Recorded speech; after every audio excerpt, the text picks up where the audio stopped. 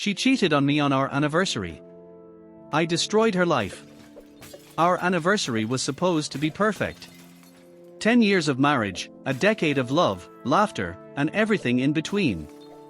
I had it all planned, a reservation at the restaurant where I first proposed, a diamond bracelet wrapped in a velvet box, and a heartfelt letter I spent weeks writing. But perfection is a lie. I left work early, eager to surprise Claire. She hadn't mentioned any plans, but that wasn't unusual. She liked surprises, and I was ready to give her the best one yet. The drive home felt endless, my heart pounding with excitement. When I pulled into the driveway, something felt off. Claire's car was parked at an awkward angle, like she had rushed inside. I stepped out, taking a deep breath. Maybe she was setting up something for me, too. Maybe this night would be as perfect as I imagined. I opened the front door quietly, wanting to catch her off guard with my surprise. The house was dim, the soft scent of her perfume lingering in the air. I took a step inside, listening. A low murmur. A voice. Then another. Laughter. My stomach knotted. I closed the door without making a sound and moved through the hallway, following their voices. My pulse was a war drum in my ears. Bedroom door, slightly ajar. I peered inside. Claire. Naked. Tangled in the sheets with another man. The world shattered. My lungs forgot how to work, my limbs frozen in place. She gasped, scrambling to cover herself. The man, some stranger, turned, his expression flickering from pleasure to panic. David. She screamed, pulling the blanket over herself. I can explain. Explain. Explain what? That our anniversary was nothing but a joke to her. That while I had been planning a celebration of our love, she had been here, desecrating everything we built. Rage surged through me, hot and blinding. But I didn't scream. I didn't lunge. I just stared, my mind splintering into pieces. Get out. My voice was eerily calm. The man scrambled off the bed, grabbing his clothes in a frantic rush.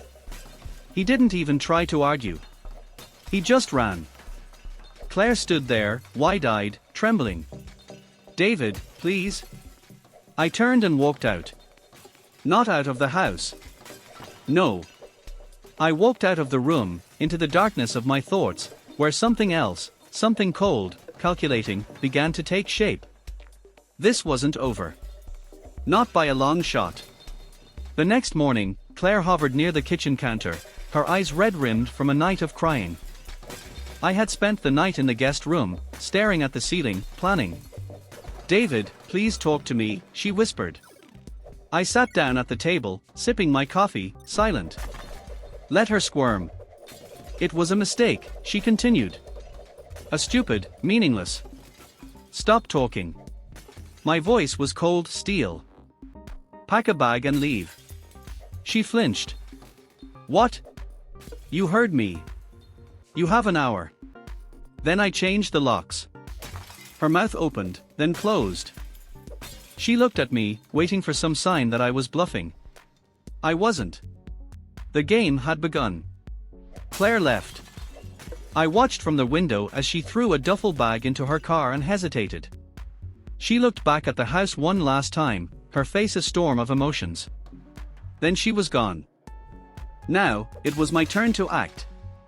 I spent the day setting things in motion, locking down our shared accounts, consulting a lawyer, gathering every piece of evidence I needed.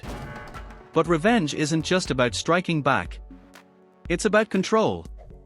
By nightfall, I had what I needed. The foundation of my plan was in place. But there was still one loose end to deal with. The man. I found his name easily enough. I found his address, his job, even his hobbies. It wasn't difficult. People leave digital footprints everywhere. Now, all I needed was a way in. I picked up my phone and dialed a number I never thought I'd call. Detective Carter, a gruff voice answered. It's David Sinclair, I said, my tone steady. I have some information you might find interesting. Silence for a moment. Then, go on. The trap was set. Detective Carter was intrigued but cautious. What kind of information? The man my wife cheated with. He's got a lot more to hide than just an affair. I could hear the shift in his posture, the way his interest deepened. Go on.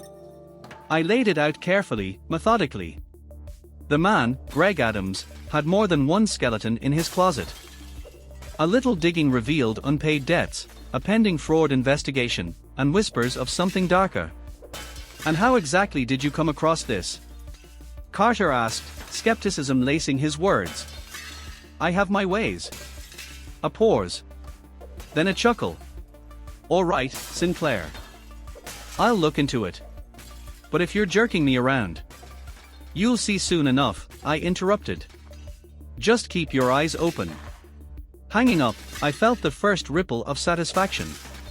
The first domino had been nudged. Now, it was only a matter of time before they all fell. The night was still. Too still.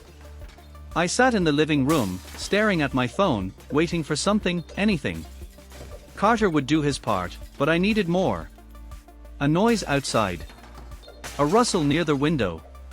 My heart pounded as I moved toward the curtain, peeking through the narrow slit. A figure. Watching. Greg Adams. He thought he was invisible in the shadows, but I saw him. And in that moment, I knew one thing, he was afraid. Good. Let the games begin. I stepped away from the window, my mind already crafting the next move. Greg thought he could intimidate me, but he had no idea who he was dealing with. My phone buzzed. A message from Carter. We need to talk. Now. I grabbed my keys. It was time to accelerate the plan. The drive to Carter's office was a blur of red taillights and thoughts spinning in rapid succession. When I arrived, he was waiting outside, arms crossed, his expression unreadable. He led me inside, past rows of desks and busy officers, into a dimly lit conference room. Your guy, Greg Adams, Carter started, tossing a manila folder onto the table. He's worse than we thought. I opened it, my eyes scanning through arrest records, witness testimonies, and confidential reports. Assault charges, illegal dealings, and something about a missing person. What exactly are you hoping to accomplish, Sinclair? Carter asked, leaning back in his chair. Because if you're trying to get revenge, I can't help you. But if you want him gone the right way, maybe we can make that happen. I exhaled slowly, closing the folder. I just want justice. Carter smirked. Yeah? Then you better be ready for what comes next. I left the station with a new sense of purpose. Greg wasn't just a cheater, he was a criminal with too many loose ends. If Carter was willing to dig deeper, then I had to push harder. The moment I got home, I started making calls, old contacts, people who owed me favors. Within hours, I had enough dirt on Greg to bury him. I found financial records linking him to offshore accounts, blackmail schemes, and police bribes. He was more than a mistake, he was a target that needed to be eliminated. By midnight, I had one last thing to do. I picked up my phone and dialed Greg's number. He answered on the third ring. Who the hell is this? David Sinclair, I said evenly. Silence. Then a slow exhale. So you finally grew a spine. What do you want? I let the pause stretch. I want to see you. Tomorrow. Noon. The old diner on 5th. No cops. No tricks. Just you and me. A chuckle. You think you scare me? I think you have bigger problems than being scared. Be there. Or I bring everything I have straight to the police. Another pause. Then, fine. I hung up, staring at my reflection in the darkened window. Greg Adams had no idea what was coming. And tomorrow, he'd finally learn who he was dealing with. The next morning, I dressed in all black. Not for theatrics, but because I needed to be invisible, unreadable. I left my wedding ring on the bathroom sink, a silent farewell to the past. The diner on 5th was old, the kind of place where the coffee was burnt, and the waitresses knew everyone's name. I arrived early, taking a booth in the back, my back against the wall. I wanted a clear view of the entrance. Greg walked in 10 minutes late. Arrogant. Overconfident. He slid into the seat across from me, smirking like this was some kind of joke. "David," he said, stretching out my name like a lazy cat. "You look like hell. Rough night." I didn't rise to the bait. "Let's talk business." He chuckled, signaling the waitress for coffee. "You got guts, I'll give you that. But you don't have a clue what you're doing." "Oh, I know exactly what I'm doing." I leaned forward. "And I know exactly who you are." He stiffened just slightly. A flicker of something in his eyes. Good. I had his attention. Assault charges. Fraud. Money laundering. And something about a missing person. "You're not just some guy who screws around with married women, Greg. You're a liability." His smirk faded. "Where the hell did you get that?" "You should be more careful about covering your tracks," I said, sliding a folder across the table. Inside were copies of his financial records, police reports, even photographs of him meeting with people he really shouldn't have been meeting with. He flipped through the pages, his jaw tightening with every second. "You think this scares me?" He scoffed, but his hands were trembling slightly. "No," I said, sitting back. "I think it terrifies you." Greg slammed the folder shut. "What do you want?" I smiled. "Simple. I want you out of my life. Out of Claire's life. And I want you to suffer before you go." He laughed, shaking his head. "You've got balls, Sinclair, I'll give you that. But you don't get to make demands." I placed my phone on the table, pressing play. The recording started playing, his voice, loud and clear, discussing a certain missing person with one of his associates. A confession. Evidence. Enough to put him away for years. His face went white. "You set me up," he whispered. "I just gave you enough rope to hang yourself," I said. "Now, you have two choices. Either you leave town and disappear, or I take this recording straight to the cops." Greg stared at me, his mind working furiously. Finally, he exhaled sharply, rubbing his temple. "You think you've won?" I smiled, standing up. "Oh, I know I have." I walked out of the diner, leaving him there with his fear. This wasn't over yet. But the first real blow had been struck. And I wasn't done. That night, I couldn't sleep. I lay in bed, staring at the ceiling, replaying the encounter in my mind. Greg was cornered. He would either run, fight back, or try something desperate. I had to be ready for all three. At 3 a.m., my phone vibrated. A message from an unknown number. "You don't know what you've started." I sat up, my blood turning to ice. It wasn't over. Not yet. I got up and walked to my study, unlocking the drawer where I kept my backup plan. A revolver, fully loaded. I had never fired a gun before, but something told me I might need it soon. By morning, I had another message. "Meet me. Abandoned warehouse on 12th, midnight. Come alone." I stared at the screen. Greg was making his move. But was it a trap, or an opportunity? I sent a single reply, "See you there." I wasn't scared.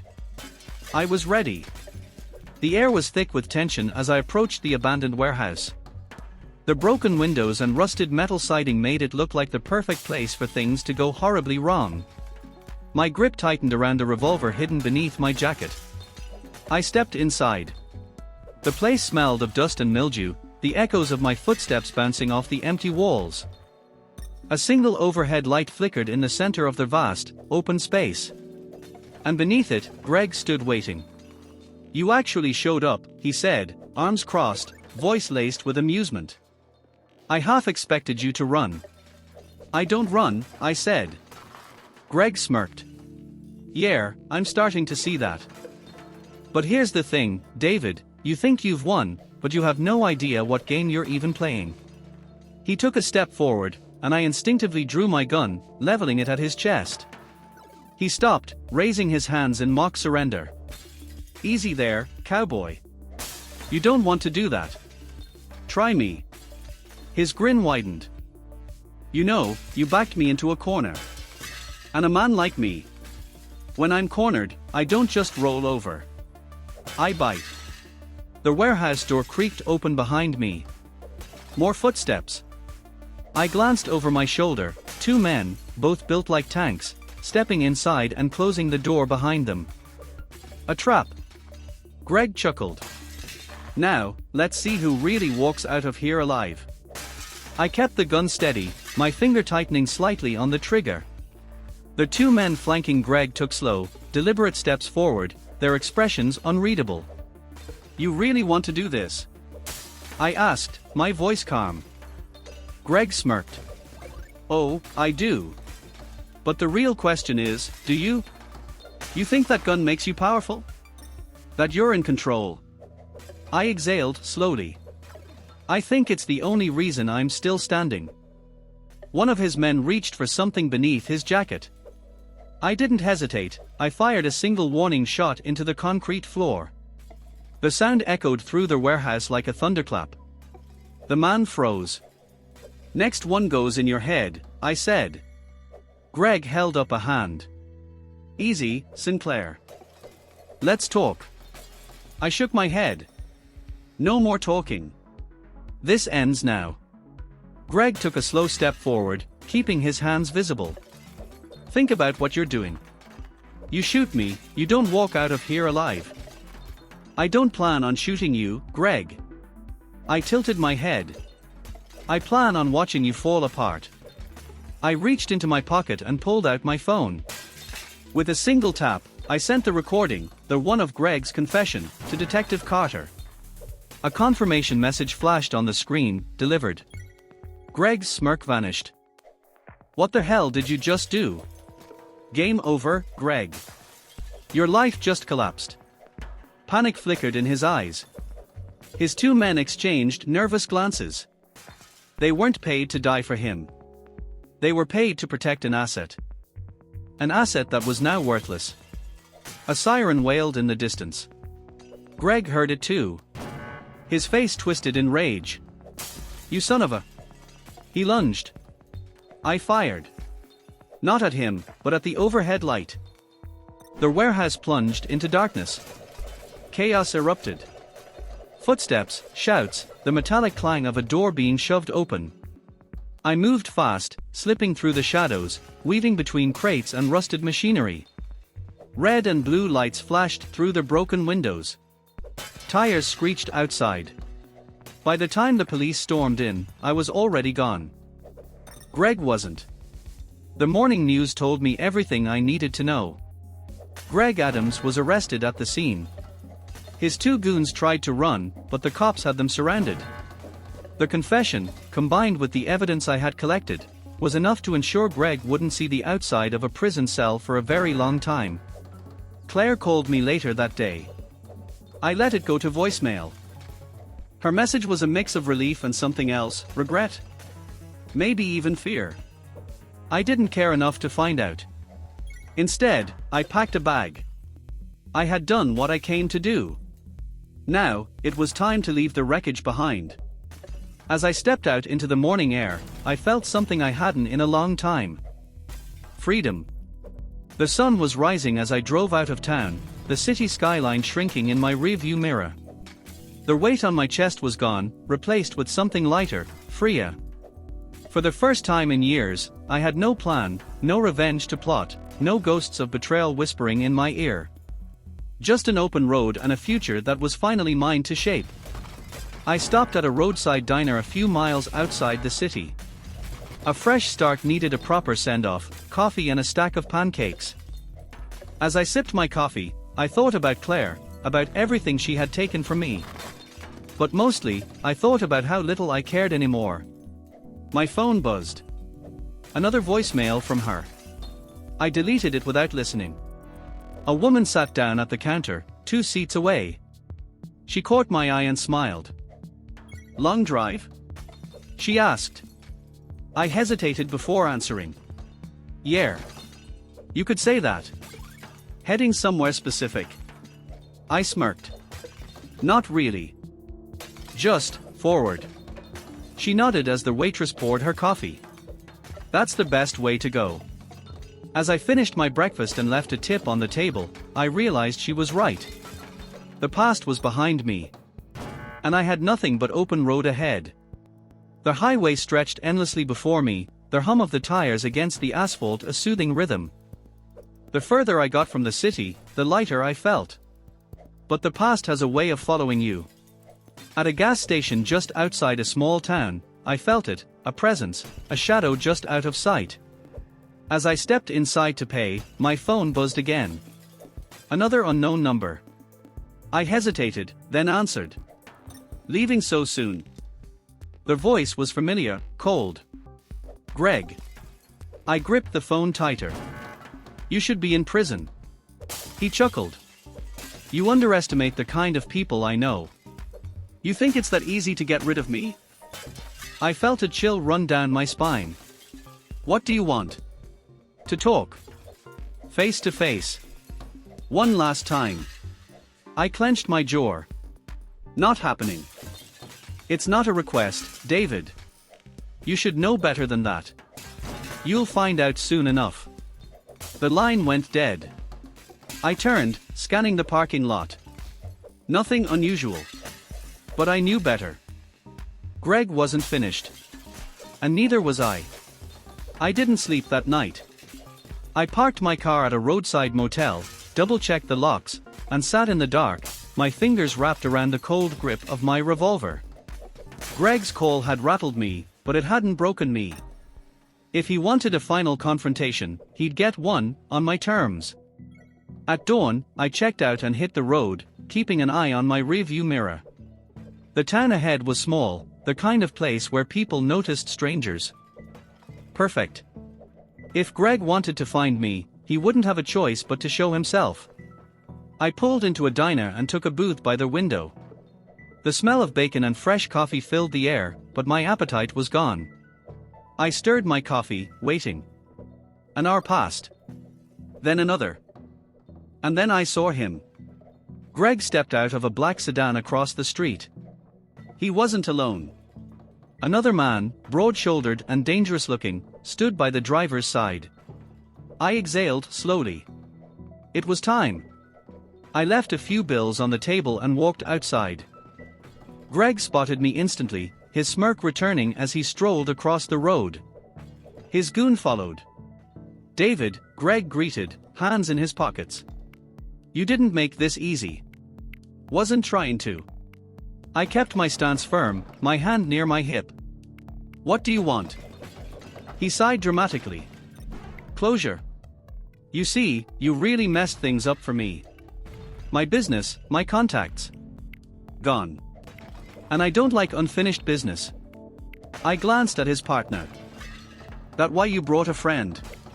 Greg chuckled. Insurance. Can't be too careful. I shook my head. You always needed someone to clean up your messes. But there's no one left now, Greg. You lost. His smirk wavered for just a second. I don't lose, David. He reached for something in his coat. I didn't hesitate. Before his fingers could close around the gun, I pulled mine first, aiming squarely at his chest. Don't. His partner tensed but didn't move. Smart.